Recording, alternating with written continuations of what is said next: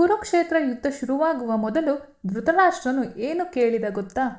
ಭಗವದ್ಗೀತೆಯ 1ನೇ ಅಧ್ಯಾಯದ 1ನೇ ಶ್ಲೋಕ.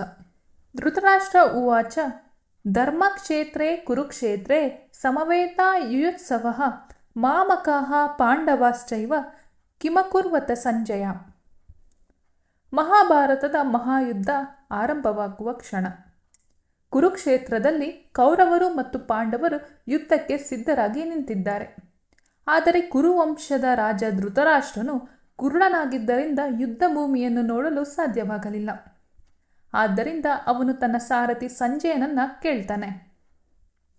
ಓ ಸಂಜಯ, ಧರ್ಮಭೂಮಿಯಾದ ಕುರುಕ್ಷೇತ್ರದಲ್ಲಿ ಯುದ್ಧ ಮಾಡಲು ಸೇರಿರುವ ನನ್ನ ಮಕ್ಕಳು ಮತ್ತು ಪಾಂಡವರು ಈಗ ಏನು ಮಾಡುತ್ತಿದ್ದಾರೆ? ಇಲ್ಲಿ ಒಂದು ಸೂಕ್ಷ್ಮ ವಿಚಾರ ಇದೆ. ಧೃತರಾಷ್ಟ್ರನು ನಮ್ಮ ಮಕ್ಕಳು ಎಂದು ಹೇಳದೆ ನನ್ನ ಮಕ್ಕಳು ಮತ್ತು ಪಾಂಡವರು ಎಂದು ಹೇಳ್ತಾನೆ. ಇದು ಅವನ ಪಕ್ಷಪಾತವನ್ನು ತೋರಿಸುತ್ತದೆ.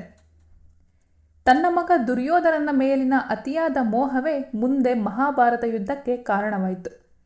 ಶ್ರೀಕೃಷ್ಣರು ಈ ಘಟನೆಯ ಮೂಲಕ ನಮಗೆ ಒಂದು ದೊಡ್ಡ ಸಂದೇಶ ನೀಡ್ತಾರೆ.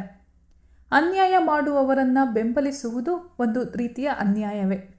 ಧರ್ಮದ ಕಡೆ ನಿಲ್ಲದವನು ಕೊನೆಯಲ್ಲಿ ದುಃಖ ಅನುಭವಿಸಬೇಕಾಗುತ್ತದೆ.